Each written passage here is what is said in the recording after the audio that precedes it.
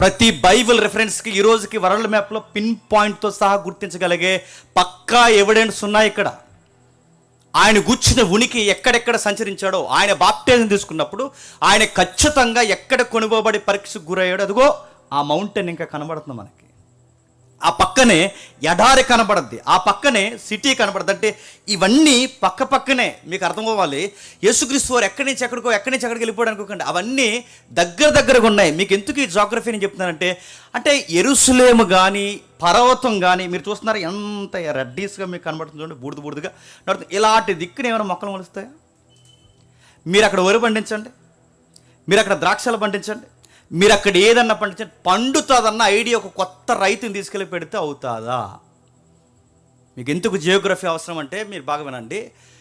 ప్రపంచంలో మనకు good definition ఉంది. ఏంటంటే ప్రపంచంలో సారవంతమైన నేల ఏదన్నా ఉందంటే యెరూషలేం అనుకుంటాం. నో, ప్రపంచంలో సారవంతమైన నేల యెరూషలేం అనుకుంటాం. కాదు. ప్రపంచంలో ఎందుకు అది సారవంతమైన నేల అయింది? దాని వెనక యెహోవా ఉన్నాడు గనక. సౌడు నేల ఏదన్నా ఉందంటే అదే, పంటకి పనికిరాని నేల ఏదన్నా ఉందంటే అదే. రాళ్ళు, తిప్పలు, గొట్టలు, మెట్టలు, పనికిరాని అనేకమైన చిత్తడి నేలకు దూరంగా ఉండి పొడిబారిన నేల ఏదన్నా ఉంది అంటే అదే. కానీ ఈరోజు మీరు చూడండి, ప్రపంచంలో అక్కడ పండినంత పంట ఇంకెక్కడ పండదు.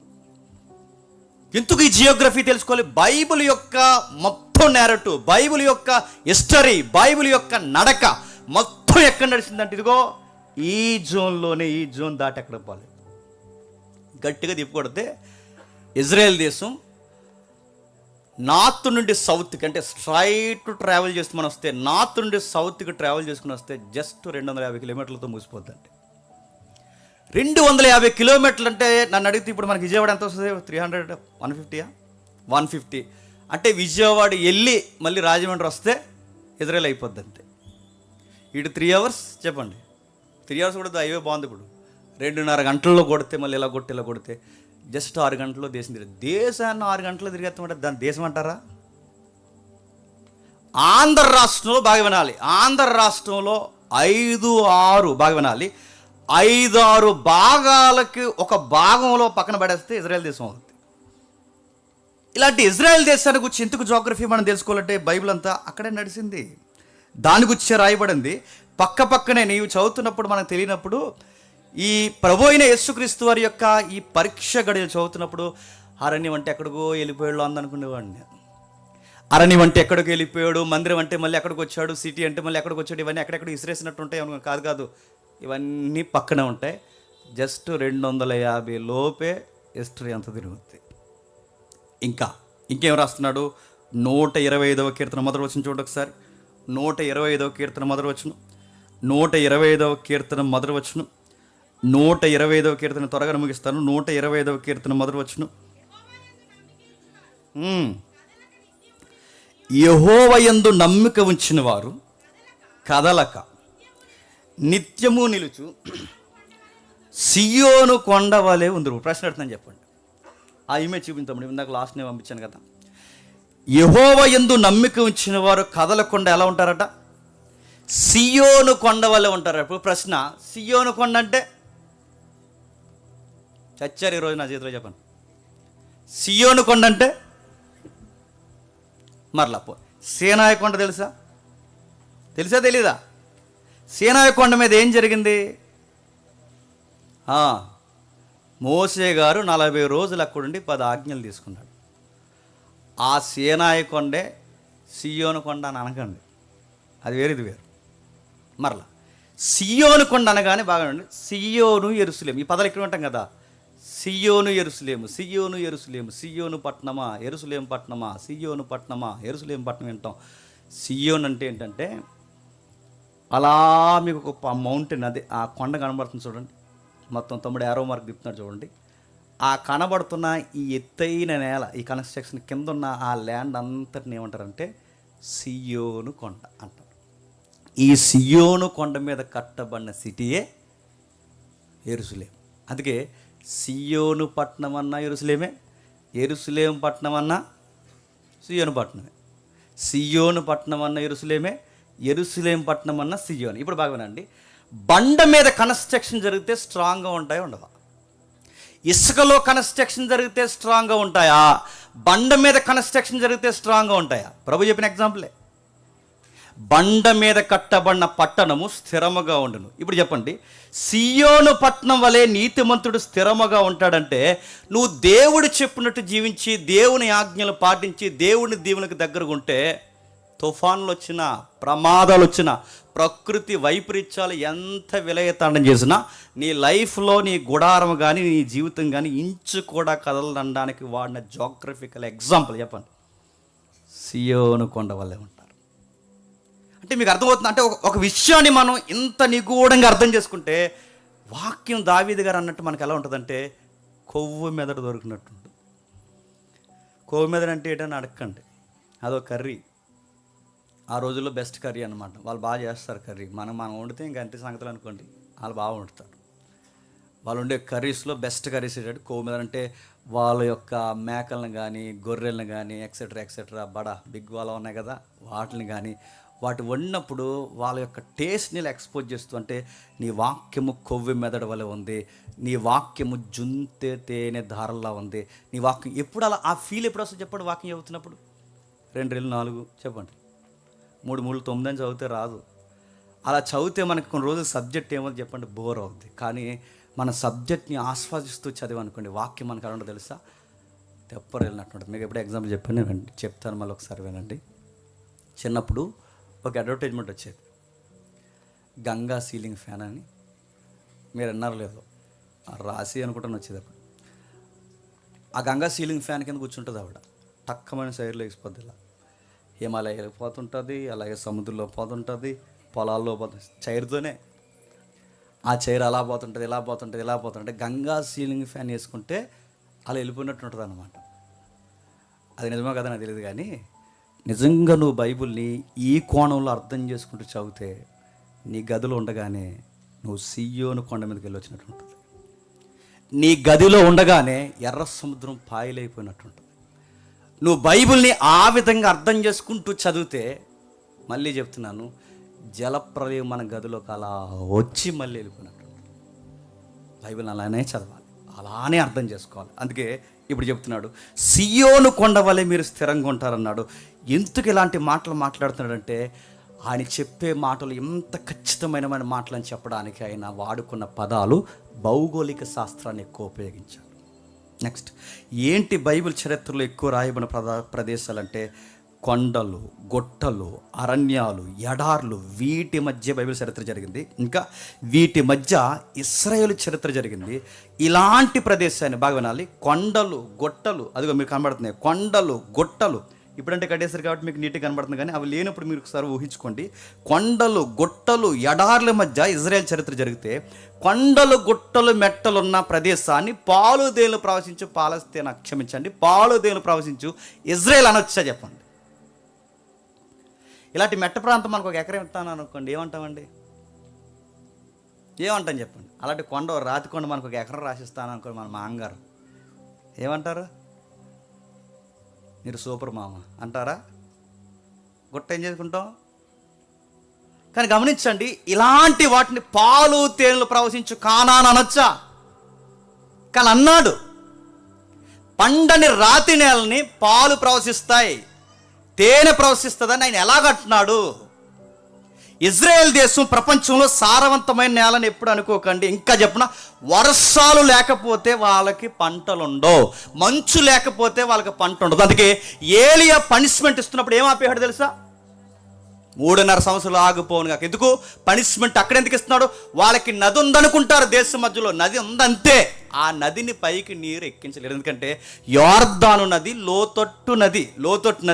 ఇప్పుడంటే టెక్నాలజీ ఉందనుక బోరేసి అదేసి ఇదేది పైపేసి పైకి లాగొచ్చేమో, కానీ ఆ రోజుల్లో లోతట్టు ప్రాంతంలో ఉన్న నీటిని పొలాల్లోకి ఎక్కించడం జరిగే పనా? నది ఉన్నది బురద నది, అంతంత మాత్రం నది. ఇంకా నేను చెప్తున్నాను, వాళ్ళకి వర్షాలు పడకపోతే పరిస్థితి. అందుకే ఏలియా గారు కానీ ప్రవక్తలు కానీ వచ్చినప్పుడు దేశం మీద వర్షం పడదని ఎందుకనేవారంటే ఇలా వర్షాభావం మీద ఆధారపడేవారు. అందుకే వాళ్ళ జియోగ్రఫీ చదువుతున్నప్పుడు ఎందుకు దేవుడు అడుగడుగున ఇలాంటి వచనాలు రాయించాడంటే వాళ్ళకి బుద్ధి రావాలి, మనకు కొన్ని గుణపాఠాలు తెలియాలి. వీటిని గూర్చి రాస్తున్నప్పుడు దేవుడు ఎంత ప్రశిష్టమైన ప్రణాళిక కలిగి ఇజ్రాయెల్ దేశాన్ని ఆశీర్వాదకరంగా మార్చడం మనకు తెలియాలి. ఇంకేం చెప్తున్నాడు? ఇలాంటి పరిస్థితుల్లో ఉన్న వీరిని మాట్లాడుతూ ప్రపంచంలో ఇంత విచిత్రమైన వికారమైన ప్రదేశాల మధ్య ఈ దేశం ఉంటే, అంటే జాగ్రఫికల్గా అంత కంఫర్ట్ జోన్ ఏం కాదు. ఎప్పుడు ఏ నేల మంచిది చెప్పండి? మన ల్యాండ్ ఉంది కదా రాజమండ్రి, అటు పశ్చిమ గోదావరి కానీ, ఇప్పుడు అన్నీ కలిసిపోయిందండి, పశ్చిమ గోదావరి కానీ ఇటు తూర్పు గోదావరి, మన రైస్ బౌల్ ఏరియా అంటారు. రైస్ బౌల్ స్టాండర్డ్ జీకేలు అడుగుతారు కదా, స్టేట్ జీకే అడిగినప్పుడు చెప్తారు కదా రైస్ బౌల్ ఏరియా ఏంటని, డాట్ అని 4 బిట్లు ఇస్తాడు. ఆ బిట్లు ఇచ్చినప్పుడు మనకు చెప్తాడు రైస్ బౌల్ ఏరియా తెలుసా, మనది ఈస్ట్ గోదావరి. ఎందుకు అన్నపు పాత్ర అయింది, భోజనపు పాత్ర అయింది? మన ల్యాండ్ ఎలాంటి ల్యాండ్ అంటే నల్లరేగడి, మన ల్యాండ్ ఎలాంటిదంటే ఎర్రరేగడి. ఈ రెండిట్లో బాగా వినండి, ఈ రెండిట్లో పంట బాగా పండుతుంది. నల్లరేగడికి కానీ ఎర్రరేగడికి కానీ ఉన్న గుణం ఏంటంటే సారాన్ని బాగా తీసుకుంటాయి. సారాన్ని బాగా తీసుకున్నప్పుడు పంటకి దిగుబడికి ఏరు దిగడానికి ప్రదేశాలు బాగుంటాయి. అందుకే చూడండి రైస్ బౌల్ ఏరియా, మన ఏరియాలకి నది తగిలిన తర్వాత ఎన్ని ఎకరాలు పడతాయండి? మీరు పొలాలకు ఎప్పుడైనా వెళ్ళలేదన్నా తెలియదు, కానీ జస్ట్ అలా వెళ్ళి మనకి ఈ కాలువ కడియం దగ్గర నుంచి ఒక కాలువ స్టార్ట్ అవుతుంది, చిన్న గోదావరి. మీరు అటు నుంచి నిలబడి మా ఊరు ఇంచుమించు కాకినాడ వరకు మీరు చూడండి, అలా చూడండి కొన్ని ఎకరాలు పంట పడుతుంది. కొన్ని ఎకరాలే మీకు ఇలా చూసిన పచ్చని పొలం అలా కనబడి కొన్ని ఎకరాలు, కొన్ని వేల హెక్టార్లు ఉన్నాయి. ఇలాంటి నేల పండిందంటే ఒక అర్థం ఉంది. ఆ నేల ఎలా పండుద్దండి? మన దగ్గర అండి వంకాయ వేసినా ఇంతే వస్తుంది. ఇది ఇంత సారవంతమైన నేలలో వంకాయ, అది వంకాయ లేకపోతే ఇంకే కాయ అనుకుంటాం మనం, అది ఎంతో ఉంటుంది. మీరు చూడండి ఆ వంకాయని చూసినప్పుడు అది ఏదో చిన్న సైజు ద్రాక్ష పండులాగా అలా కనబడుతుంది. అలాంటి నేలలో వంకాయ ఎంత ఉంటుంది చెప్పనా? పొట్లకాయ ఎంత ఉంటుంది. ఇదేంటి ఇంత సారవంతమైన నేలలో మన వంకాయ ఎంత ఉండడం ఏంటి? అక్కడ మాత్రం వంకాయ చెప్పండి, ఇదేమింత? ఈ జాగ్రఫీ చదువుతుంటే అరే బైబిల్ దేవుడు నిజంగా విచిత్రమైన దేవుడు అనిపిస్తుంది. ఈ రోజుకి అమెరికా కూడా పండించలేదు, జపాన్ కూడా పండించలేదు, ఆ పొట్టాడు చైనా వాడు కూడా పండించలేడు. నేను మళ్ళీ చెప్తున్నాను, మన సారవంతమైన నేల మన వాళ్ళు కూడా పండించలేరు, ఎక్కడ పండుతుంది. కానీ ఇజ్రాయెల్ దేశంలో ఎలా పండుతుందంటే ఏదో జరుగుతున్నట్టు మీకు అనిపించట్లేదు? ఇంకా మాట్లాడుతూ ఒకవైపు జాగ్రఫికల్గా దేశం బాగోదు, రెండోది శత్రు సైన్యాలు పూర్తిగా ముట్టేసి ఉంటాయండి. Bible map ఏమనుందా?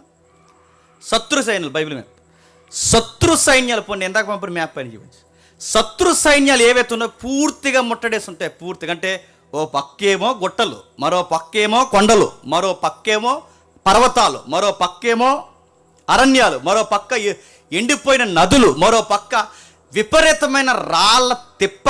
మీకు ఇంకా అర్థం కావాలి అంటే యేసుప్రభు వారు ఎగ్జాంపుల్ చెప్తారు. ఎగ్జాంపుల్ ఏం చెప్తారంటే యెరూషలేము నుండి ఏ పట్టణానికి దిగిపోతాడు? సమరయుడు. ఎగ్జాంపుల్ యెరూషలేము నుండి యెరికోకు దిగిపోతున్నప్పుడు దొంగల దాడి జరిగిందంట ఒక వ్యక్తి మీద. దొంగల దాడి జరిగింది ఎక్కడ చెప్పినా ఈ మెట్టల వెనకాల దాక్కుండేవారంటే వీళ్ళందరూ ఈ బండరాల వెనకాల దాక్కుని అక్కడి నుంచి ఇక్కడ ట్రావెల్ చేస్తే కరువు కదండి. ఈ ట్రావెల్ చేస్తున్నప్పుడు బట్టలు దోసేసేవారట, వస్తువులు దోసేసేవారట, రకరకాల. అంటే ఎంత కరువు కాటకాలు అప్పుడప్పుడు ఈ పాలు దేలు ప్రవశించు కానాను ఆగిపోయినట్టు మనకు కనబడుతుంది. భౌగోళికంగానేమో పంటకు అనుకూలంగా లేదు, రెండవది ప్రాంతీయంగా చూస్తేనేమో విచిత్రమైన ఎత్తులు దిబ్బలు ఇలాంటి ప్రాంతాలు. పోనీ మనుషులు ఏదోలా గడిపేద్దాం అనుకుంటే చుట్టూ ఉన్న శత్రువులు మామూలు కాదు. అది ఉంచు, ఆ చుట్టూ ఉన్న బైబిల్ అబ్రహాం ఇది జాగ్రత్తగా మీరు చూడండి. చుట్టూ ఉన్న దేశాలు ఎలాంటి దేశాలు తెలుసా? ద గ్రేట్ పవర్ఫుల్ ఎంపరర్ కలిగిన అనేక మంది చక్రవర్తులు ఉన్నారు అక్కడ. చూస్తుంటే మనకు ఆశ్చర్యం కలుగుతుంది. చూడండి పైన కింది మీరు చూద్దాం, కింది మీరు చూడండి. ఆ రోజుల్లో ప్రపంచాన్ని కనుసైగతో పరిపాలించే ఐగుప్తు ఉంది. కింద పొయ్యి మీద ఎవరినో కూర్చోబెట్టి కింద మంటెడితే ఎలా సెగ వచ్చేద్దో, యెరూషలేముకి ఇజ్రాయేల్కి ఇప్పుడు రెడీగా కింద ఉండే దేశం ఏంటి చెప్పిన? ఐగుప్తిని ఎదిరించను ఆ రోజులు ఎవడతరం కాదు. ఐగుప్తి అమెరికాని ఒక 100 అమెరికాలు కలిపితే ఎంత పవర్ఫుల్గా ఉంటుందో అంత పవర్ ఉండేది ఐగుప్తికి. ప్రపంచ దేశాలు దానికి సలాం చేయాల్సిందే. అలాంటి భయంకరమైన శక్తి కలిగిన ఆ దేశం అక్కడ ఉంటే, ఆ దేశం ఐగుప్తి ఉంటే సరే, ఈ దేశం దాడి ఒకవైపు జరుగుతుంది, పైన మీకు కనబడుతుంది మొత్తం మెస్సొపొతేమియా ఏరియా కనబడుతుంది చూస్తారా, ఆ నదులు, ఆ మెస్సొపొతేమియా ఏరియా. మీకు అర్థం కావాలంటే అస్కనజ్ కనబడుతుంది చూడండి పైన టాప్లో, అస్కనజ్, అనుష్క కాదు, అస్కనజ్. ఆ పైనుంచి మీరు కింద చూడండి, 2 గీతలు అలా దిగుతున్నాయి. ఆ 2 గీతలు ఏ పిచ్చి గీతలు అనుకోకండి, అవే మహానదులు. ఈ 2 నదులు యూఫ్రటీస్, టైగ్రిస్, ఈ 2 నదుల మధ్య ఉండే ఆరిన నేలనే మెస్సొపొటేమియా నాగరికత అంటారు. ఈ మెస్సొపొటేమియా బౌల్లో అస్సూర్ ఉంటుంది, మెడోఫెర్సియన్స్ ఉంటారు, ఇంకా చెప్పాలంటే గ్రీకులు ఉంటారు. ఇలా ఉమ్మడి సామ్రాజ్యాలు, కొన్ని బలమైన సామ్రాజ్యాలు. వీళ్ళు చిన్నోళ్ళు ఏం కదండి, వాళ్ళ గొడవకు వచ్చారంటే మనుషులను చంపడంలో వెనక ముందు ఆడరాళ్ళు. వాళ్ళు ఎంత దారుణమైన వ్యక్తులు అంటే, గర్భిణీ స్త్రీని అలా నిలబెట్టి మానవులో కత్తిపెట్టి కిందినిచ్చి పైకి చీరేసి బిడ్డని కిందేసి కొట్టి వార్నింగ్ ఇస్తారు. ఏమనంటే మాట వింటే సరే సరే, లేదా మొత్తం అందరికీ ఇలా జరుగుద్దని వార్నింగ్. అంత కఠినమైన వాళ్ళు. ఇంకా మనిషి అలా బతుకుండగానే ఇలా పొడవైన ఫోల్ ఒకటి పెట్టి, నేను కొంచెం ఆ పదాలు చెప్పడానికి ఇబ్బందిగా ఉంది కానీ అర్థం చేసుకోండి. ఏదైతే మనుషుడికి నవరత్నాలు ఉంటాయో ఆ రంధ్రం కింద వాడు గుచ్చేసి, ఈ పైన ఉంది చూసారా, నోట్లో నుంచి ఆ ఫోల్ వచ్చేలా దించేసి వాడు బతుకుండగానే ఆ చర్మాన్ని అలా వదిలేస్తారు. ఈ మాస్ వార్నింగ్లు బైబిల్ మీరు చదువుతున్నప్పుడు, అస్సూరియన్స్ యెరూషలేము ముందు తిష్ట వేసిరి అని చదువుతాం చూసారా, తిష్ట వేసి, అదిగో చూడండి, అది అస్సూరియన్స్ యెరూషలేము ముందు తిష్ట వేసిరి అని చదువుతాం చూసారా. తిష్ట వేయడం అంటే టెంట్ వేసారని కాదు, చెప్పండి. టెస్ట్ వేసారంటే సోలం దించేశారని, టెస్ట్ వేసారంటే వార్నింగ్ ఇచ్చారండి. టెస్ట్ వేసారంటే చూడండి, ఆడ మగ ప్రతి ఒక్కరిని ఇలా చంపి ఆ డెమో చూపించనేవారట. వింటే సరే సరే చెప్పండి, వినకపోతే ఇలా సీరేస్తామనేవారట. ఈ దేశాలన్నీనేమో పైన ఉన్నాయి. ఏవి? మెస్సొపొతేమియా పైన, అదిగో చూడండి ఎంత దారుణంగానో, మనుషుల్ని, స్త్రీలని, పురుషుల్ని, అదిగో స్త్రీ ఎంత దారుణంగా చూడండి, నొసల్లోంచి వచ్చేలాగా వెళ్ళబడతారు చూడండి, ఎంత దారుణంగా పొడిచేసి, ఎంత దారుణంగా వార్నింగ్లు ఇస్తారట. వీళ్ళందరూ ఎవరంటే మెస్సొపొతేమియాలో ఉన్నారు. అస్సూరియన్స్ కానీ, నినేవే క్యాపిటల్ అంతా చూస్తారా, అస్సూరియన్స్ కానీ, బాబిలోనియన్స్ కానీ, మెడోఫెర్సియన్స్ కానీ, గ్రీక్స్ కానీ, వీళ్ళందరూ పైన. ఇవి కూడా చాలా పవర్ఫుల్ దేశాలండి. ఇవి పైనేమో వాళ్ళు ఉన్నారు, కిందేమో ఐగుప్తి ఉంది. ఇప్పుడు బాగానండి, పైన వాళ్ళు, కిందేళ్ళు. ఈ రెండు మహాసామ్రాజ్యాల మధ్య చిన్న పిచ్చుకలో ఉన్న దేశం ఏదో తెలుసా? ఇజ్రాయెల్. మీకు అర్థమవుతుందో లేదు? ఈ 2 మహాసామ్రాజ్యాల మధ్య అంటే వాడు తుమ్మినా ఇజ్రాయెల్ మీద పడుతుంది, ఈడు తుమ్మినా ఇజ్రాయెల్ మీద పడుతుంది. పోనీ ఇజ్రాయెల్ ఏమైనా సౌఖ్యమైన నేల? కొండలు, మెట్టలు, గుట్టలు, సముద్రాలు, అరణ్యాలు, భయంకరమైన ఉపయోగం లేని డెడ్ సీ ఎక్కడ ఉందిగా, మృత సముద్రం, ఉపయోగం లేని నీటి ఎద్దడున్న ప్రదేశాలు. ఇలాంటి ప్రదేశాల్లో ఇజ్రాయెల్ ఈ రోజుకి నెంబర్ 1గా ఉండడం అనేది ఒక గ్రేట్ అండి. ఇప్పటికీ విచిత్రంగా అనిపిస్తుంది, ఇప్పటికీ ఆశ్చర్యం అనిపిస్తుంది. ఎలా ఉంది? బైబిల్ గొప్పదని తెలియాలంటే ఖచ్చితంగా నీకు ఈ జాగ్రఫీ అర్థమైతేనే ఈ దేవుడి యొక్క గొప్పతనం ఏంటి నీకు అర్థమవుద్ది. ఇంత విచిత్రంగా ఇజ్రాయెల్ దేశాన్ని ఈ రోజుకి నడిపిస్తున్నాడు. సముద్రపు నీరుని ఈ రోజుకి డ్రింకింగ్ వాటర్గా మార్చేసిన దేశం ఆ దేశమే. మనకి డ్రింకింగ్ వాటర్ తినకూడదు. మనకి ఈ రోజుకి చూడండి, నెంబర్ 1 pH వాల్యూ వాటర్ దిగుమతి చేస్తారు వాళ్ళు. 1 కాదు 2 కాదు. వాళ్ళు జాగ్రఫీ చదువుతుంటే పైనేమో ప్రదేశాలు ప్రమాదమైనవి, కిందేమో ప్రదేశాలు ప్రమాదమైనవి. ఊహించొక మాట చెప్తాను వినండి. వీళ్ళు ఎప్పుడైనా పొరుగు రాజ్యాలు గొడవ దిగితే, ఎవరు? ఐగుప్తీలు పొరుగు రాజ్యాన్ని గొడవ దిగారు అనుకోండి. ఇప్పుడు ఐగుప్తి పైన అస్సూరు సామ్రాజ్యం ఉంది. ఐగుప్తి పైన ఐగుప్తి, సిరియా పక్కన ఇది ఒక బల్లెంపోటిది. ఇజ్రాయేల్ దేశానికి భయంకరమైన దేవతలను అలవాటు చేసిన దేశం ఏదైనా ఉందంటే సిరియా. దాని క్యాపిటల్ డమస్కస్, మనకు తెలుసు కదా. ఈ దేశం వాళ్ళు చాలా చెడిపోయారు వాళ్ళు. పైగా మీరు ఇజ్రాయేల్ అనగానే మొత్తం ఇజ్రాయేల్ అనుకోకండి, జార్డాన్ అసలు సంబంధమే లేదు. ఇప్పటికీ జార్డాన్ కలపడానికి చాలా కష్టం. ఎందుకు చెప్పినా, జార్డాన్ ఏరియాలో ఎవరు ఉండేవారు ఆ రోజుల్లో? శాపగ్రస్తమైన తెగ ఉంది. ఆ శాపగ్రస్తమైన తెగ ఎవరో మనకు తెలుసు. ఆ లోతు గారు అమ్మాయి ఉందిగా, అమ్మాయిలు, ఆ అమ్మాయిలు పుడతారుగా. ఎవరు వాళ్ళు? అమోనీయులు, మోయాబీలు. వీళ్ళకి శాపం ఉంది, వాళ్ళ ల్యాండ్కి కూడా శాపం ఉంది. అందుకే చూడండి, అన్ని ఎల్లగొట్టిన యెహోషువ కాలంలో అన్ని దేశాలు, అన్ని ప్రాంతాలు ఎల్లగొట్టినా వీళ్ళని మాత్రం ఎల్లగొట్టలేకపోయారు. ఎందుకు ఎల్లగొట్టలేకపోయారు చెప్పినా, వాళ్ళు ఎంతో బీరకాయ పీస్ ఉంది కదా వాళ్ళకి. ఆ బీరకాయ పీస్ ఉండడం వలన వీళ్ళు జాలి కలిగి ఉన్నారో ఎందుకున్నారో మొత్తం మీద ఉన్నారో తెలియదు, కానీ ఆ రోజు జయించలేని ప్రాంతాన్ని ఈరోజు కూడా కలుపులేకపోతున్నారు. సరే, అటేమో భౌగోళికంగా అనుకూలం లేదు, రెండేమో శత్రువుల నుంచి సెక్యూరిటీ లేదు. ఇలాంటి ప్రదేశాల్లో ఉన్నప్పుడు ఐగుప్తి గొడవకు దిగింది అనుకోండి. ఐగుప్తి ఇజ్రాయెల్తో కాదు గొడవ, బాగానండి, ఐగుప్తి ఇజ్రాయెల్తో కాదు గొడవ.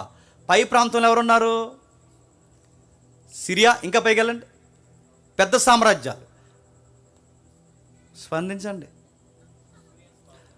చెప్పండి. అసూరియన్స్, బాబులోనియన్స్, మెడోఫెర్షియన్స్, గ్రీక్స్, ఎవరైతే ఉన్నారో అందరూ పైన ఉన్నారు. ఇప్పుడు ఐగుప్తి ఆ పెద్ద రాజ్యాల మీద గొడవ దిగింది అనుకోండి, బాగా వినాలి. ఐగుప్తి కింద నుంచి పెద్ద రాజ్యాల మీద గొడవ దిగింది అనుకోండి, రూట్ మ్యాప్ ఎటు నుంచి ఉంది చెప్పండి? ఖచ్చితంగా ఇజ్రాయెల్ దేశాన్ని తొక్కెళ్ళాలి. అర్థమవుతుందో లేదు? ఐగుప్తి అస్సూరు మీదకి, ఐగుప్తి మెడోఫెర్షియన్స్ మీదకి, ఐగుప్తి గ్రీక్స్ మీదకి జెండా ఎగరేస్తే ఖచ్చితంగా అది ఏ బోర్డర్ను తొక్కెళ్ళాలి, ఏ దేశాన్ని తొక్కెళ్ళాలి? ఇజ్రాయెల్ని టచ్ చేసి వెళ్ళాలంటే ముందు వాళ్ళని కొట్టాలంటే చెప్పండి, ముందు వాళ్ళని డిప్ప కొడితే కానీ అక్కడ వే దొరకదు. రెండవది, పోనీ ఆ ఉమ్మడి సామ్రాజ్యాలన్నీ ఒక్కటైపోయి ఐగుప్తి మీద గొడవ దిగాయి అనుకోండి, మళ్ళీ వాళ్ళకు రూట్ ఎటు? ఆడికి కోపం వచ్చినా వీళ్ళకే ప్రమాదం, ఈడుకు కోపం వచ్చినా చెప్పండి వీళ్ళకే ప్రమాదం. పాడి పంటలకు అనుకూలమైందంటే అది లేదు, వర్షాలు ఎక్కువ పడతాయంటే అది కష్టం, పూర్తిగా సారవంతమైన నేల అంటే కాదు. మధ్యధరా సముద్రం తీర ప్రాంతం తప్ప మిగిలినంతా ఎడారి, దెబ్బలు, గుట్టలు తప్ప దేనికి పనికిరాదు. ఇంకా మాట్లాడుకుంటే ఎత్తైన పర్వతాలు తప్ప ఇంకేమీ లేదు. అంటే సారవంతమైన నేల అంటే అది లేదు. పోనీ శత్రువులకు దొరకిన ప్రాంతం అంటే అది లేదు. ఇలాంటి విచిత్రమైన ప్రమాదకరమైన ల్యాండ్ను దేవుడిచ్చన్నాడట. దిస్ ఈజ్ ప్రామిస్ ల్యాండ్ అన్నాడు. ఇది ప్రామిస్ ల్యాండా చెప్పండి?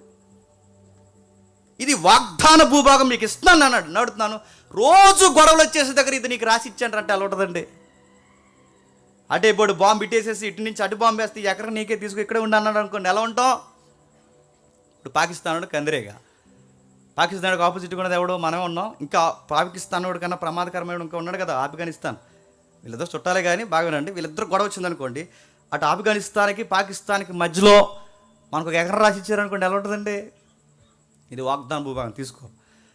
నిద్ర ఉన్నప్పుడు ఆడే హత్తుంటాడు, నిద్ర లేసినప్పుడు ఈడే హత్తుంటాడు, ఎక్కడికెక్కడ బాంబులే హత్తుంటాడు. ఇది అసలు ప్రామిస్ ల్యాండ్ అంటారు దాన్ని.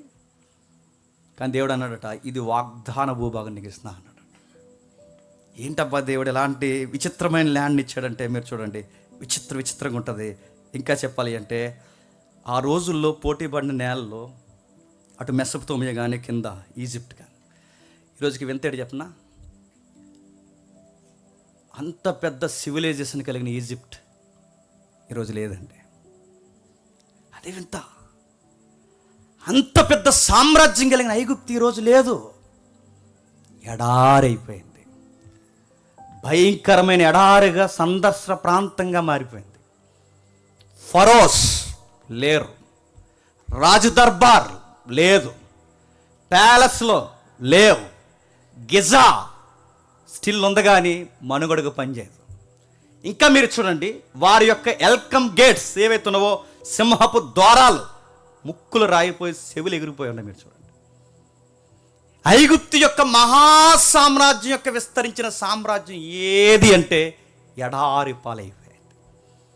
ఐగుప్తులో ఇంత ఉంటుందండి ఇజ్రాయెల్ దేశం, ఇంత ఐగుప్తులో కలిపితే ఇంత ఉంటుంది ఇజ్రాయెల్ దేశం. కానీ ఇంత పెద్ద ఐగుప్తి మాయమైపోయింది, కానీ ఇజ్రాయెల్ ఈ రోజుకి ఉంది. అది వింత.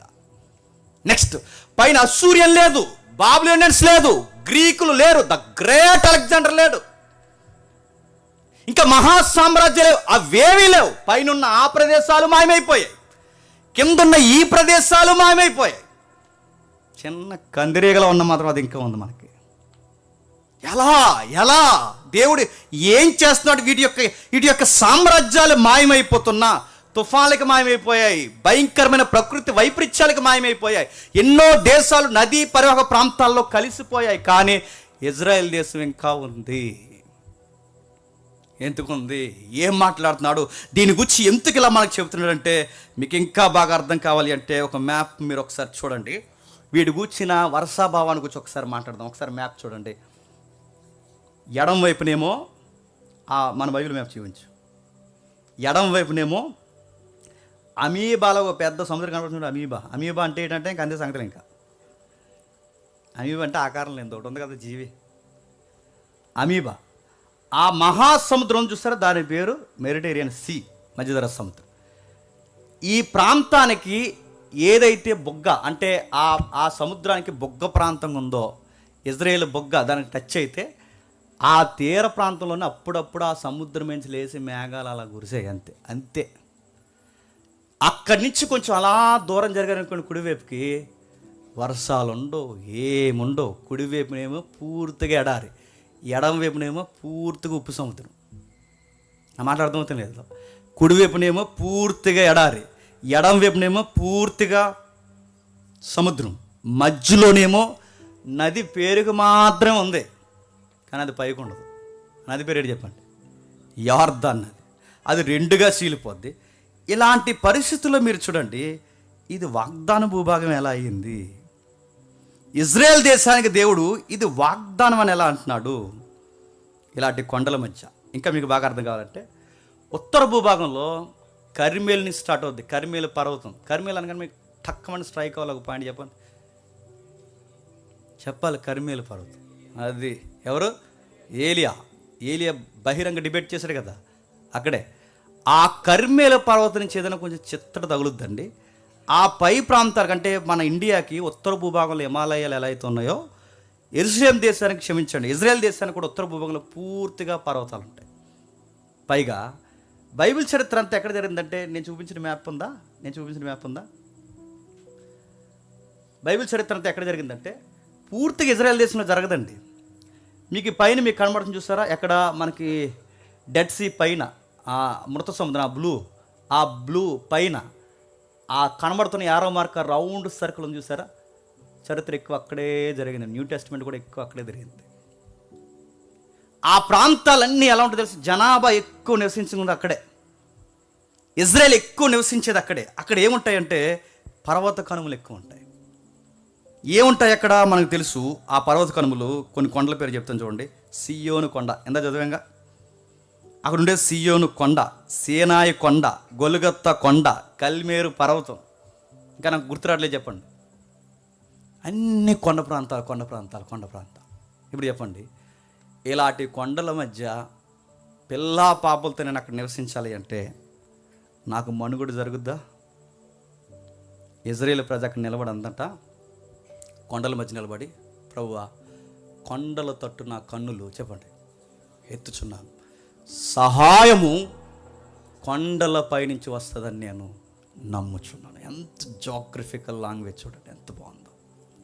నేను కొండల తట్టు నా కన్నులు ఎత్తుచున్నా అంటే ఏం కొండలో? ఊరుకొండ కాదు, ఏం కొండలు? ఆ కొండలు, పండని కొండలు, ఉపయోగం లేని కొండలు, నివాసానికి యోగ్యం కాని కొండలు. పక్షులు, జంతువులు ప్రతిరోజు ఉదయం లేసి యెహోవాకు ప్రార్థన చేస్తే ఆహారం ఎలా దొరికిందో, ఇజ్రాయేల్ ప్రజ కూడా ఆహారం కావాలన్నప్పుడల్లా పక్షుల వల్ల ఎవరికి ప్రార్థన చేశారు చెప్పండి? కొండల వైపు కనులెత్తుచున్నాను, సహాయం చేయవాడు నాకు ఉన్నాడని. ఎంత విచిత్రమైన మాటలు మాట్లాడారు చూడండి. ఈ కొండలు తట్టు తలెత్తినప్పుడు దేవుడు వాళ్ళకి సహాయం చేశాడు. ఎలా సహాయం చేసేవాడు? కొండలను అలా చూస్తూ ఉండగా, మీరు అన్నాను, కొండలను అలా చూస్తూ ఉండగా ఆ గొరుకైన కొండల మీదకి నల్లని మేఘాలు లెగిసిపోయి వచ్చేసాడు.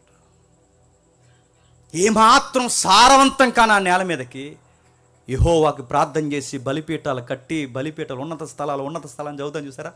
ఉన్నత స్థలాలంటే ఉన్నావోలు స్థలాలు అనుకోకండి.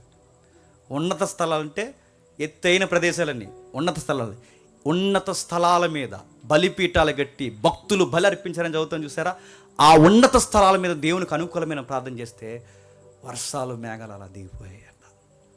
మంచు వర్షం వల్ల అలా కురిసేదట. మీరు చూడండి, ఇజ్రాయేల్ చరిత్ర అరణ్యంలో నడవడమే 40 ఏళ్ళ వింత కాదండి. మరలా ఇజ్రాయేల్ చరిత్ర అరణ్యంలో 40 ఏళ్ళు నడవడమే వింత కాదండి. ఈ రోజుకి అది ఉన్నతమైన పంట తింటుందంటే, ఆ గరుకైన ప్రాంతంలో ఈ రోజుకి నివసిస్తుందంటే ఈ రోజుకి వింతే. కొండల తట్టు సహాయానికి వాళ్ళు అడిగితే దేవుడు వాళ్ళకి చక్కటి సముద్రాన్ని, చక్కటి పైరుని, చక్కటి మేఘాలని, చక్కటి విధి విధానాలతో కూడిన వాటిని వాళ్ళకు అనుమతించేవాడట. మాట వినకపోతే దేవుడు పనిష్మెంట్ ఏం చేసేవాడంటే కొండల మీద గడ్డి ఎండగొట్టేసేవాడట. మాట వినకపోతే కొండ మీద నుంచి పాడే ఈ పిల్ల కాలువలు ఉంటాయి చూస్తారా, పిల్ల కాలువలు అన్నీ కలిస్తే కదా నది అవుద్ది. ఆ పిల్ల కాలువలను ఆపేసేవాడట, నది ఆపేసేవాడట. ప్రవక్తలను పంపించి ఆ పర్వతం మీద నిలబెట్టి పారుతున్న నదులను ఆపేమని చెప్పేవాడట. మోసే చెయ్యెత్తితే కార్యక్రమం ఒకటి, చెయ్యి దించితే కార్యక్రమం ఒకటి, ఏలియా చెయ్యెత్తితే కార్యక్రమం ఒకటి, చెయ్యి దించితే కార్యక్రమం ఒకటి. జియోగ్రఫీని ఉపయోగించి దేవుడు ఇజ్రాయేల్కి ఎన్నోసార్లు బుద్ధి చేయబడలేదా? ఇజ్రాయేల్ చరిత్రలో ఇంకా ఏం రాయబడ్డాయంటే, యోర్దాన్ నది పేరుకుంది, ఆ నదిలో ఉన్న వాటర్ని ఏమాత్రం వాళ్ళు చెప్పండి ఉపయోగించుకోలేరు. అసలే మెట్ట ప్రాంతం. నది ప్రాంతాన్ని కొంచెం అలా సదును చేసుకుని అక్కడ ఏదో కొంచెం పంట వేసుకుందామంటే సదును చేయడానికి అదేమైనా మెత్తగుండే ల్యాండా, అంత గరుకైన కొండ. అలాంటి కొండల్లో నీళ్ళు పేరుకున్నాయి తప్ప వాటిని ఏం చూడలేరట.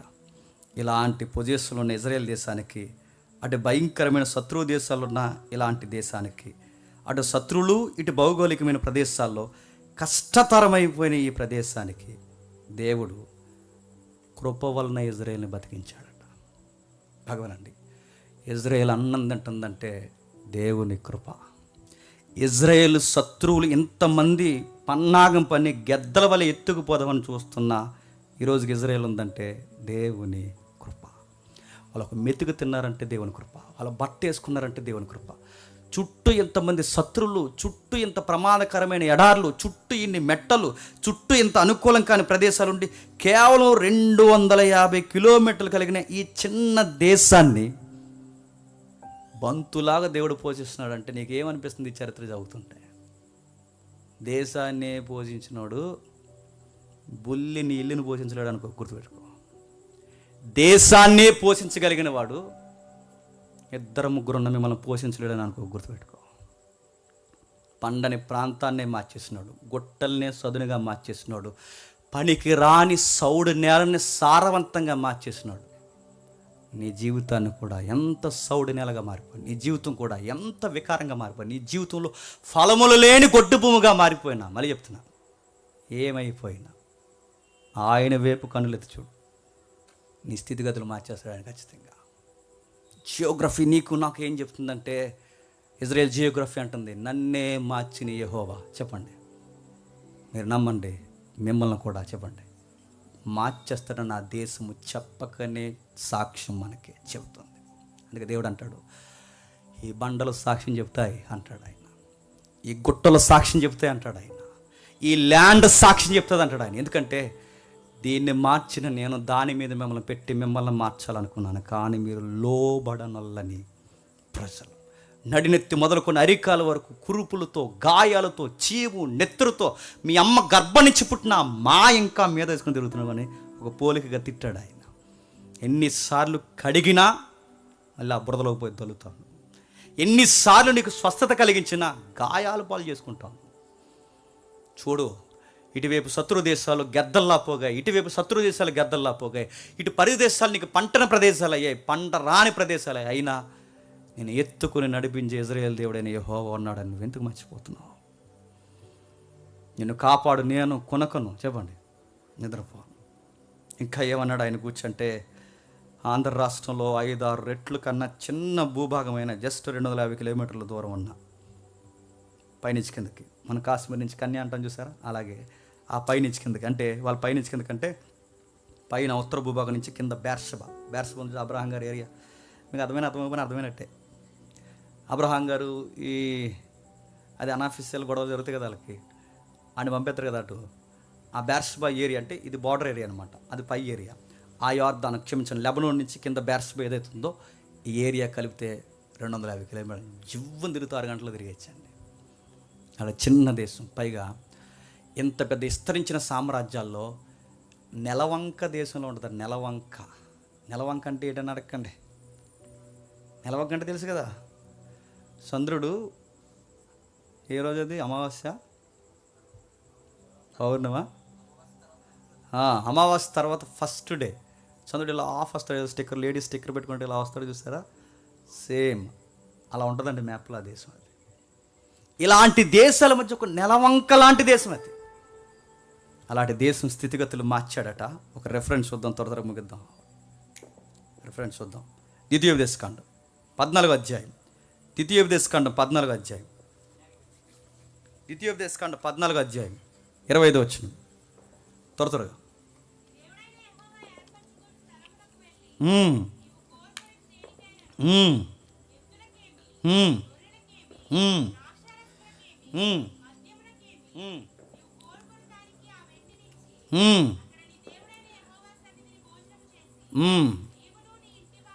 నీవును నీ ఇంటి వారిని. ద్వితీయోపదేశకాండం 14:25 వచ్చినవనా?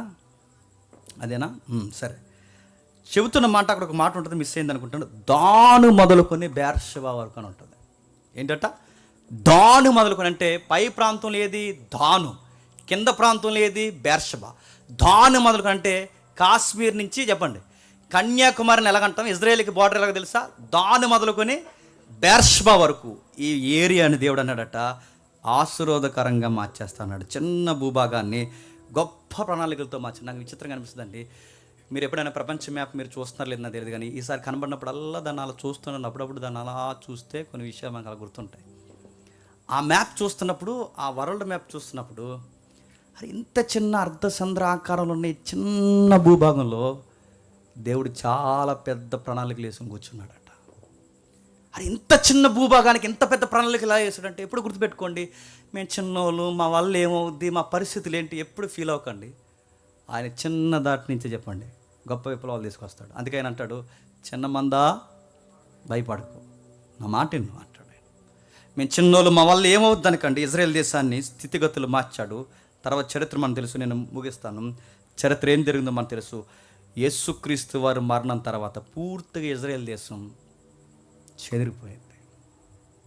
క్రీస్తు శకం 70 వచ్చేసరికి ఇంక ఇజ్రాయెల్ లేదు, పూర్తిగా ల్యాండ్ ఉంది తప్ప ఇజ్రాయెల్ ప్రజలు పూర్తిగా చెదిరిపోయారు. వీళ్ళ చెదిరిపోతారన్న సంగతి ప్రవక్తల ముందే ప్రవచనం చెప్పారు. ఏమని ప్రవచనం చెప్పారు? త్వరగా ఒక లుక్ వేయండి, త్వరగా ముగిద్దాం. యెషయా గ్రంథం 11వ అధ్యాయం. యెషయా గ్రంథం 11వ అధ్యాయం 11వ వచనం నుండి. యెషయా గ్రంథం 11వ అధ్యాయం 11వ వచనం నుండి. ఆ దినము శేషించిన తన ప్రజల శేషమును అశ్షూరులో నుండి, ఐగుప్తిలో నుండి, చూసారా బార్డర్స్ ఏం మాట్లాడుతున్నాడు? అశ్షూరు నుండి, ఐగుప్తి నుండి, పత్రోసుల నుండి, కూసు నుండి, తెలుసు కదా కూసు, ఆఫ్రికా, కూసు నుండి, ఏలాములో నుండి, సీనారులో నుండి, ఆమాతులో నుండి, సముద్ర దీపములో నుండి విడిపించి రప్పించుటకు యెహోవా 2 మార్లు చెయ్యి చాచును. జనులను పిలుచుటకు ఆయన ఒక ధ్వజమును నిలబెట్టును. భ్రష్టులైపోయిన ఇశ్రాయేల్ని పోగు చేయుటకు భూమి యొక్క నలుదిశల నుండి చెదిరిపోయిన యోధా వారిని మళ్ళీ సమకూర్చి. ఎన్నిసార్లు చెదిరిపోతారట? అక్కడ రాశాడు 2 సార్లు చెదిరిపోతారు. అందుకే చూడండి, బబులోను కాలంలో చెదిరిపోయారు, తర్వాత ప్రాంతాల్లో చెదిరిపోయారు, క్రీస్తు శకం 70లో చెదిరిపోయారు. ఇలా చెదిరిపోయిన వారిని, వీళ్ళందరూ చెదిరిపోయిన తర్వాత 2 సార్లు చెదిరిపోయిన వారిని మళ్ళీ నేను చెప్పండి పోగు చేస్తాను. ఆ రెఫరెన్స్ యెషయా గారి రెఫరెన్స్ చెప్పిన నెరవేర్పు, 2వ నెరవేర్పు ఇప్పుడు చెప్పిన 1948 మే 16. అంటే 70లో చెదిరిపోయిన వేళ్ళు, 70లో రోమా ప్రభుత్వం చేత చెదిరిపోయిన వేళ్ళు మళ్ళీ ఎప్పుడు అధికారికంగా ఫామ్ అయ్యారు? మన లాస్ట్ క్లాస్లో నేను 45 అన్నాను, నాకు మర్చిపోయి 48లో మళ్ళీ ఇలా ఫామ్ అయిన తర్వాత మళ్ళీ వాళ్ళని స్థిరపరిచి బలపరిచి వాళ్ళని మళ్ళీ ఉజ్జీవింపజేస్తా అన్నాడు. యోధాను మళ్ళీ నేను కడతాను అన్నట్టుగానే జరిగిందా లేదు చెప్పండి? ఐగుప్తి మళ్ళీ కట్టబడిందా? మెడో పెర్షియన్స్ మళ్ళీ కట్టబడ్డారా? బాబిలోన్స్ మళ్ళీ కనబడుతున్నారా? ఫరోస్ పరిపాలన ఉందా? మళ్ళీ ఎవరు కట్టబడలేదు. కానీ ఒక్కసారి ఆరిపోయిన మళ్ళీ ఈ ప్రజ మళ్ళీ వెలిగిందంటే ఎంత వింతండి. ఆరిపోయిన సామ్రాజ్యాలు మళ్ళీ వెలగలేదు. సౌలులు కానీ ఇంకెవరైతే ఉన్నారో మనకి పరిపాలన, మన రాష్ట్ర పరిపాలనలు, సౌలు పరిపాలన కానీ ఇంకా నాకు గుర్తురావట్లేదు. కృష్ణదేవరాయల పరిపాలన, ఈ పరిపాలన మీద చూడండి, ఉన్నాయి మళ్ళీ వాటి బోర్డు వాళ్ళ తప్ప ఏమీ లేవు. ఇప్పుడు మీరు ఏ చరిత్ర చూడండి, ఇండియన్ చరిత్ర ఏదైనా మీరు చూడండి, ప్రపంచ చరిత్ర ఏదైనా చూడండి, మళ్ళీ వెలిగాయా బుక్స్లో చదువుకోవడం తప్ప. కానీ మీరు చూడండి, పూర్తిగా ఆరిపోయిన సమాజం మళ్ళీ వెలిగిందంట. మన దేవుడు ఎలాంటి చెప్పనా, మనం ఎంత ఆరిపోయినా, మనం ఎంత వేసారిపోయినా, మనం ఎంత దిగజారిపోయినా మళ్ళీ ఆయన వైపు తిప్పితే చెప్పండి, మళ్ళీ నూతన వెలుగును అనుగ్రహిస్తాడట. నూతనమైన కార్యాలు మన జీవితంలో జరిగిస్తాడట. మళ్ళీ గొప్ప కార్యాలు జరిగించదుగో, మళ్ళీ నిన్ను కడతాడు. దేశాన్నే కట్టినోడు నీ కుటుంబాన్ని కట్టలేడా? దేశాన్నే కట్టినోడు నీ జీవితాన్ని కట్టలేడా? దేశాన్నే కట్టినోడు నీ పరిస్థితులు కట్టలేడా? దేశాన్నే బాగు చేసిన వాడు నేను బాగు చేయలేడా? ఇజ్రాయేల్ చరిత్ర చెప్పుకోవడానికి ఏం బాగుందంటే చదువుతుంటే భయం వేస్తుంది. ఈరోజు డెవలప్ అయిపోయింది కనుక ఇప్పుడు ఇల్లు ఉండడానికి అక్కడ ఏ పని చేసినా నెలకి 1 lakh శాలరీ. అక్కడ బాత్రూమ్ కడిగిన అక్కడ నెలకి 1 lakh శాలరీ. అక్కడ సీనియర్స్ అయితే 150. ట్రై చేయండి ఏమన్నా. నెలకి 1,50,000 జీతం అక్కడ. జస్ట్ అక్కడ ఎవరైనా ఇస్రాయేల్ దేశంలో వయసు అయిపోయిన వృద్ధులు ఉంటారు చూస్తారా, వాళ్ళని చూసుకోవడానికి దాన్ని ఏదో అంటారు, కేర్ టేకర్. ఆ ఉద్యోగం చేయడానికంటే 1,50,000 రూపాయలు శాలరీ తీసుకుని జస్ట్ ఆ బామను అలా చూస్తే చాలు, ఏ బామ తిన్నావా, ఏ స్నానం చేసావా అంటే అయిపోయింది అంతే. నెలకి 1,50,000 వచ్చేది మనకి జస్ట్ వాళ్ళని చూసుకుంటే. ఎందుకంటే ఇజ్రాయేల్కుంటే గొప్ప గుణం ఏంటంటే, మీ తల్లిదండ్రులను చెప్పండి నిష్ఠూర పెట్టకడానికి ఆజ్ఞ చాలా సీరియస్గా తీసుకుని అంత శాలరీ ఇచ్చేయాలని సరే పేరెంట్స్ని చూస్తారు వాళ్ళు. ఎందుకంటే నీ తల్లిదండ్రులు నిష్ఠూర పెడితే దేవుడు అన్నాడు, చెప్పండి, నీ ఆత్మ హఠాత్తుగా అర్పిస్తాడు. అది వాళ్ళకి భయం, వాళ్ళకి ఆజ్ఞ. నువ్వు సక్సెస్ అవ్వాలంటే నీ పేరెంట్స్ నేర్పించమని చెప్తాడు. అందుకే వాళ్ళు ఎంత శాలరీ ఇచ్చి కూడా వాళ్ళు చాలా జాగ్రత్తగా కాపాడతారు. ఇప్పటికి మనకు అనిపిస్తుంది, ఈరోజు ఇంత డెవలప్ అయిపోయింది కనుక ఆ దేశానికి అందరూ వెళ్ళడానికి, అక్కడ ఉండడానికి, అక్కడ పౌర హక్కును కూడా సాధించడానికి ఎంత తహతహలాడుతున్నామే. ఏమీ లేనప్పుడు అక్కడికి వెళ్ళి ఉండమంటూ ఉంటావా? ఏమీ లేనప్పుడు అక్కడికి వెళ్ళి ఉండమంటే, నీకు ఈ ల్యాండ్ అంత ఇచ్చేస్తున్నావంటే నువ్వు నేను నమ్మలేదు. కానీ విశ్వాసులకు తండ్రి అయిన చెప్పండి అబ్రహాము నమ్మేశాడు. నమ్మకమైన దేవుణ్ణి నమ్మేశాడు. నన్ను అడిగితే ఇజ్రాయేలు కానాను భూభాగం కన్నా అబ్రహాం గారు ఊరు 100 రెట్లు బాగుంటుంది తెలుసా?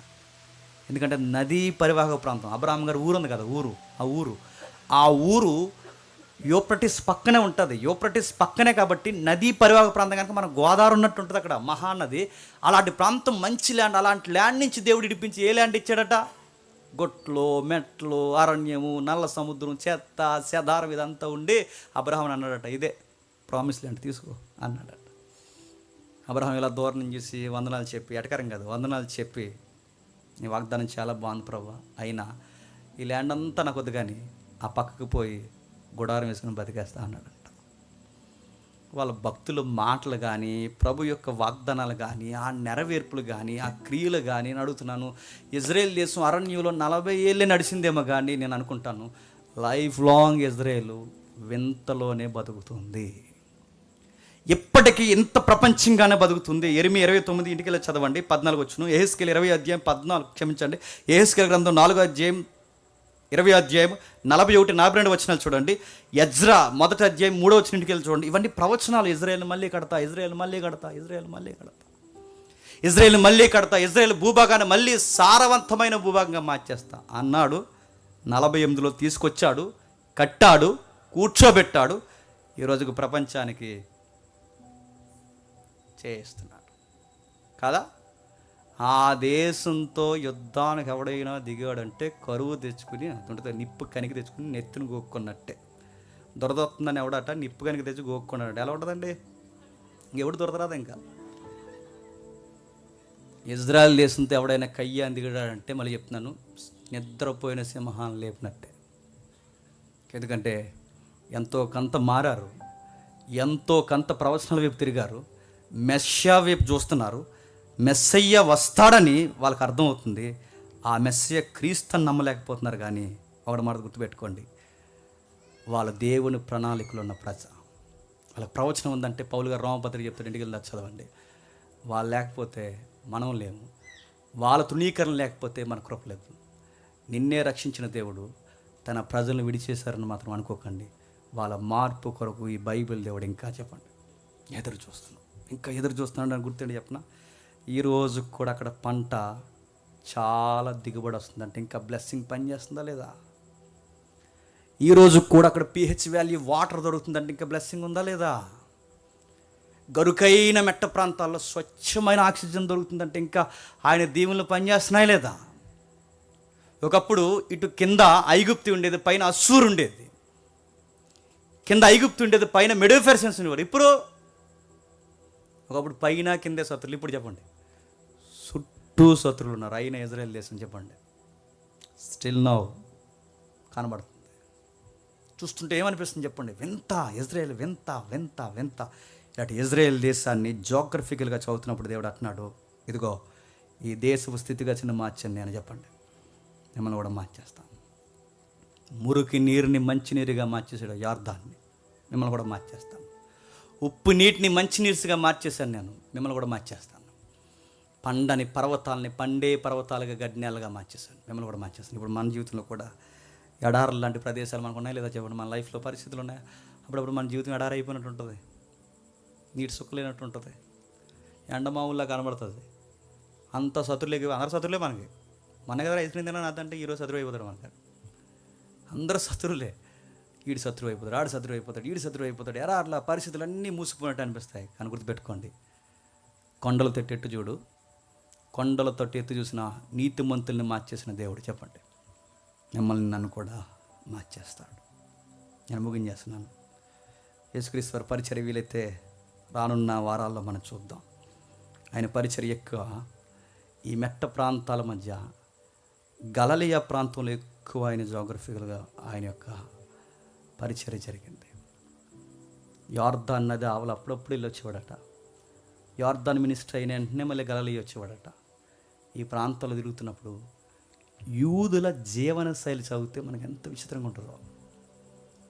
నిజంగా ఇజ్రాయెల్ దేశంలో దేవుడు ఉన్నాడు అబ్బా అండి. మీకు ఎప్పుడో నెపోలియన్ బోనపార్ట్, అలాగే హిట్లర్, వీళ్ళ మధ్య ఒక డిస్కషన్ జరుగుతుంది. అంటే వాడు వేరు ఇడు వేరు, వాళ్ళ జనరేషన్ కొనసాగుతున్నప్పుడు డిస్కషన్ జరుగుతుంది. నెపోలియన్ దగ్గర ఒక క్వశ్చన్ వస్తుంది.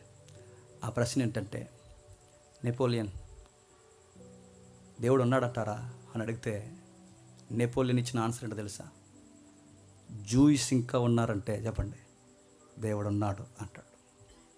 అది యూదుల చరిత్ర, అది ఇజ్రాయెల్ చరిత్ర. హిట్లర్ లాంటి వారు ఎంతమంది మీద పడిపోయినా ఇంకా చెప్పండి యూదులు ఉన్నారు. లక్షల మందిని బంకర్స్లోకి దోచి చంపేశాడు హిట్లర్. మహా సామ్రాజ్యాలు తిరగబడి నలిపేశారు యూదుల్ని, ఇజ్రాయెల్ని. ఇంకా బీజం పనిచేస్తుంది. అరే ఎలా ఉన్నారా? ఐగుప్తీలు లేరు, అస్సూరియన్స్ లేరు, ఎవరు లేరు.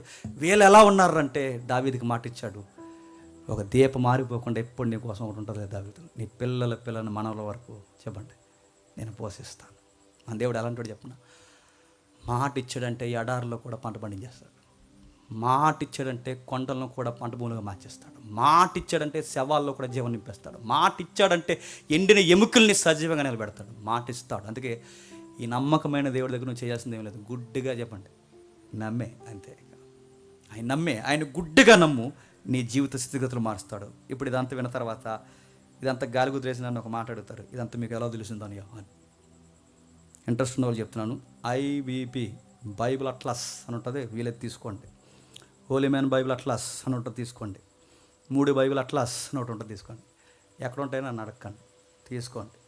ఇవన్నీ తీసుకుని మ్యాప్స్ పక్కన పెట్టుకోండి, బైబిల్ పక్కన పెట్టుకోండి. ఇదంతా సరుకు అంతా ఇప్పుడు నేను చెప్పినట్టు ఉండదు. వాటన్నిటిని నువ్వు కలిపి చదవడమే నీకు ఉండాల్సిన వారం. గుర్తుపెట్టుకో. కూరగాయలు ఇచ్చి కూర వండమండాలంటే బాగా వినండి, కూరగాయలు ఇచ్చి కూర వండమన్నాం అనుకోండి, ఆడు కూర వండుతూ రావాలి. కూరగాయలు ఎత్తే సుఖమేంటి, పచ్చికూర అయిపోద్ది. అలాగే సరుకు అంతా ఇప్పుడు ఒక దిక్కు ఉండదు, గుర్తుపెట్టుకోండి. అలా ఉంటుంది పజిల్ మాదిరి. వాటన్నిటిని తీసి ఒక లైన్లోకి తీసుకురావడమే నీకు దేవుడు ఇచ్చిన గొప్ప వరం. నా దేవుడు నాకు ఇచ్చాడు, మన తమ్ముళ్ళకి ఇచ్చాడు, మన సంఘంలో చాలామంది స్పీకర్స్కి దేవుడు ఇచ్చాడు. దేవుడు ఉపయోగించుకుంటున్నాడు. అందుకే మీరు ఎంత చరిత్ర మీరు కలిసి చదివిన బహుశా మీకు అర్థం వచ్చలేదో నాకు తెలియదు, కానీ ఇలాంటివి చెబుతున్నప్పుడు అలాగో సేవాడేయండి. మీ జీవితానికి చాలా దీవెనకరంగా మారిపోవును గాక. ఆమేన్, ఆమేన్, ఆమేన్.